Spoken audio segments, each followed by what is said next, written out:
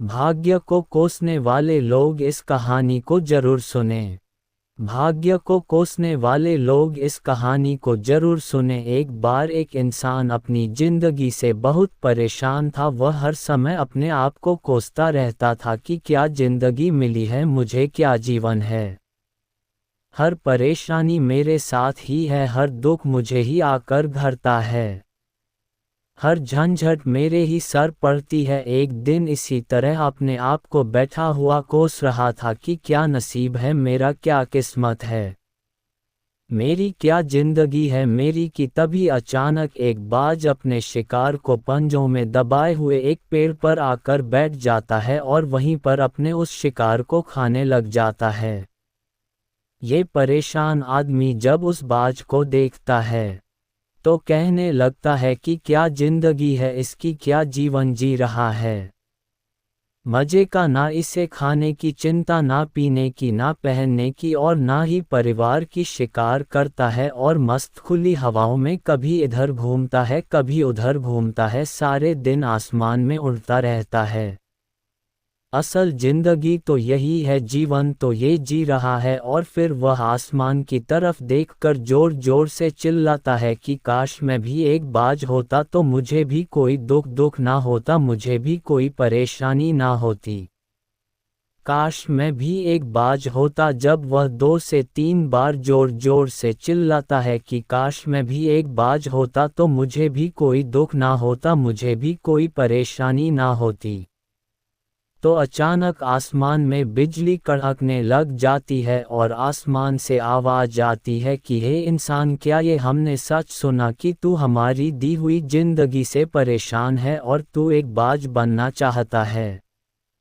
तो इस आकाशवाणी को सुनकर यह इंसान हैरान रह जाता है और आसमान की तरफ देखकर कहता है कि हाँ, मैं सच में अपनी इस जिंदगी से बहुत परेशान हूँ, क्योंकि हर परेशानी मेरे साथ ही है, हर दुख मुझे ही है, हर तकलीफ मेरे ही साथ है। तो आसमान से फिर आवाज आती है कि हे इंसान, एक बार फिर सोच ले, हमने तुझे बड़ी प्यारी जिंदगी दी है, लेकिन अगर फिर भी तू चाहता है कि हम तुझे बाज बना दे तो हम तुझे बाज बना देंगे, लेकिन अगर एक बार हमने तुझे बाज बना दिया तो फिर हम तुझे बाज से इंसान दोबारा नहीं बनाएंगे। तो यह आदमी तुरंत जवाब देता है कि मैंने अच्छी तरह से सोच लिया है कि मुझे बाज ही बनना है और एक बार बाज बनने के बाद मैं दोबारा कभी नहीं कहूँगा कि मुझे इंसान बनना है। तभी ऊपर से आवाज आती है कि जैसे तुम्हारी इच्छा, और वह इंसान बाज बन जाता है। बाज बनते ही वह इंसान खुली हवाओं में उड़ने लगता है,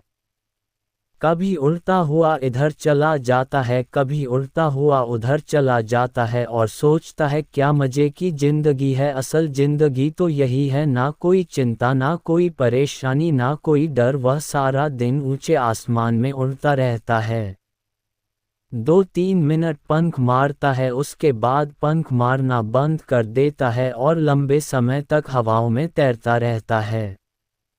इसी तरह हवाओं में तैरते हुए शाम का समय नज़दीक आ जाता है तो वह सोचता है कि मेरे पास रहने का एक ठिकाना भी होना चाहिए, मेरा अपना एक घर होना चाहिए जहां मैं रात में आराम कर सकूं। तो ये सोचकर वह छोटी छोटी लकड़ियां इकट्ठा करने लग जाता है और एक ऊंचे पेड़ पर अपना घोंसला बनाने लग जाता है।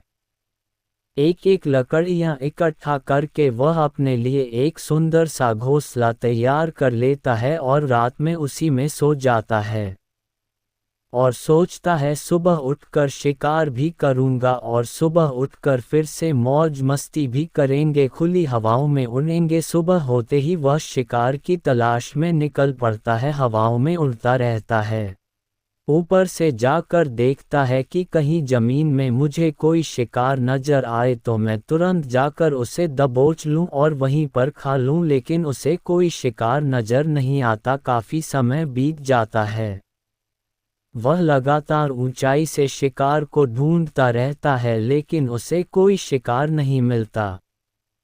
फिर पास एक जंगल होता है, यह उस जंगल में चला जाता है। ये सोचकर कि शायद वहाँ कोई अच्छा सा शिकार मेरे हाथ आ जाए, ये जंगल के ऊपर उड़कर शिकार को ढूंढता रहता है, जंगल के अंदर जाकर भी शिकार को ढूंढता है, लेकिन इसे वहाँ भी कोई शिकार नहीं मिलता। शाम का समय नज़दीक आ जाता है तो मायूस होकर वापस अपने घोंसले की तरफ लौट रहा होता है कि रास्ते पर थककर एक पेड़ के ऊपर बैठ जाता है। जब यह उस पेड़ के ऊपर बैठा होता है तो उसकी नज़र एक बीमार चिड़िया पर पड़ती है जो कि ल अवस्था में होती है।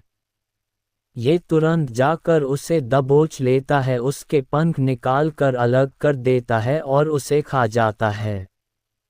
उस चिड़िया को खाने के बाद वह अपने घोंसले की तरफ उड़ जाता है और रास्ते में सोचता है कि चलो बीमार चिड़िया ही सही, लेकिन कुछ तो खाने को मिला। वह अपने घोंसले पर पहुंचकर आराम करने लगता है और सोचता है सुबह एक अच्छा सा शिकार पकड़ूं और अपनी भूख मिटा लूंगा। जैसे ही सुबह का प्रकाश होता है ये निकल पड़ता है अपने शिकार की तलाश में, हवा में उड़ता रहता है, लेकिन आज फिर कोई शिकार इसके हाथ नहीं आता। काफ़ी समय बीत जाता है। यह ऊंचाइयों पर जाकर अपनी तेज नज़रों से शिकार को ढूंढने की पूरी कोशिश करता है, लेकिन इसे कोई भी शिकार नज़र नहीं आता। फिर यह पास के उस जंगल की तरफ चला जाता है, लेकिन इसे वहाँ भी कोई शिकार नहीं मिलता। इसी प्रकार पूरे दिन उड़ते उड़ते शाम का समय नज़दीक आ जाता है तो यह निराश होकर वापस लौटने लगता है और रास्ते में एक पेड़ पर आकर बैठ जाता है। सोचता है शायद आज फिर कोई बीमार चिड़िया मेरा इंतजार कर रही हो, लेकिन हर बार किस्मत मेहरबान थोड़ी होती है। आज इसे कोई बीमार चिड़िया नहीं मिलती। ये थक हार कर वापस अपने घोंसले की तरफ चल पड़ता है और घोंसले पर पहुंचकर भूखा प्यासा ही सो जाता है और सोचता है कल सुबह एक बड़ा सा शिकार पका और आज की भूख भी मिटा लूंगा। रात को अपने घोंसले में सोया होता है, गहरी नींद में होता है कि तभी एक भयानक तूफान आता है। इस तूफान की हवा इतनी तेज होती है कि इसके घोंसले को उड़ाकर एक जगह फेंक है और वह कहीं दूर दूसरी जगह फेंकते हैं तो ये जहाँ पर गिरता है वहाँ नीचे एक नोकदरा लकड़ी पड़ी होती है जो इसके पंजे में गड़ जाती है और इसे बुरी तरह घायल कर देती है। तूफान के रुकने के बाद बारिश शुरू हो जाती है, तेज बारिश होती रहती है, पर यह किसी तरह से पेड़ों के नीचे छुपकर बैठा रहता है। बड़ी मुश्किल से इसकी रात कटती है। जब सुबह होती है तो बारिश रुक जाती है। बारिश के रुकते ही चारों तरफ खुशियां छा जाती हैं, चारों तरफ हरियाली छा जाती है। नदियाँ और झरने तेजी से बहने लगते हैं, सब कुछ फिर पहले के जैसा हो जाता है। लेकिन ये बाज अब पहले के जैसा नहीं रहा, इसका पाँव बुरी तरह घायल हो चुका है। इसके पंजे में जो लकड़ी लगी थी उसकी वजह से इसका पंजा बुरी तरह क्षत हो गया है। और मैं आपको बता दूं कि बाज का जो पंजा होता है वह उसके शिकार को पकड़ने के लिए सबसे ज़रूरी होता है, क्योंकि बाज अपने पंजों से ही अपने शिकार को पकड़ता है, दबोच होता है और फिर अपनी चोंच के माध्यम से नोच नोच कर खाता है। लेकिन अब इस बाज का पंजा बुरी तरह से घायल हो चुका था और वह पिछले 2 दिनों से भूखा भी था। ये शिकार की खोज में थोड़ा सा उड़ता है कि शायद फिर कहीं कोई बीमार चिड़िया इसे मिल जाए, लेकिन कहाँ बार बार कोई बीमार चिड़िया मिलने वाली थी।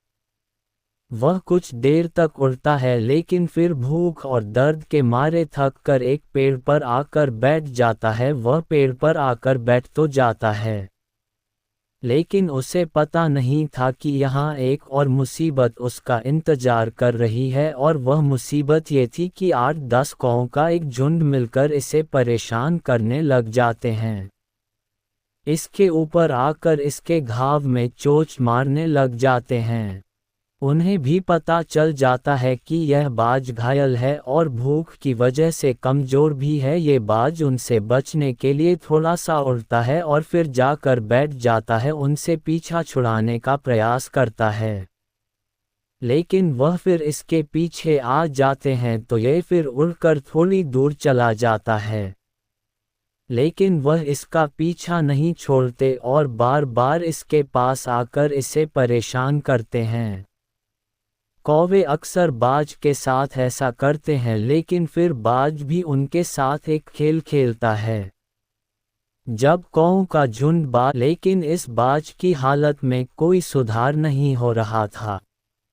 वह बद से बदतर होती जा रही थी। चौथे दिन जब ये बिल्कुल खत्म होने पर आ जाता है, इसके अंदर बिल्कुल ताकत नहीं बचती और इसका शरीर इसका साथ छोड़ने लगता है तो ये किसी तरीके से उड़कर पास ही इंसानों की एक हॉस्पिटल होती है उसकी छत पर आकर बैठ जाता है और वहां से आने जाने वाले मरीजों को देखता है और अपने आप से कहता है कि काश आज मैं एक इंसान होता तो ऐसे छोटे मोटे जख्मों का हॉस्पिटल से इलाज करवा लेता या किसी को बता देता कि मैं भूखा हूँ, परेशान हूँ, मेरे साथ ये परेशानी है। लेकिन आज मैं एक ऐसा बेजुबान परिंदा हूँ जो किसी से कुछ नहीं कह सकता, किसी को अपना दुख नहीं बता सकता, किसी से कोई मदद नहीं मांग सकता। यही बात सोचकर वह उसी छत पे अपना दम तोड़ देता है।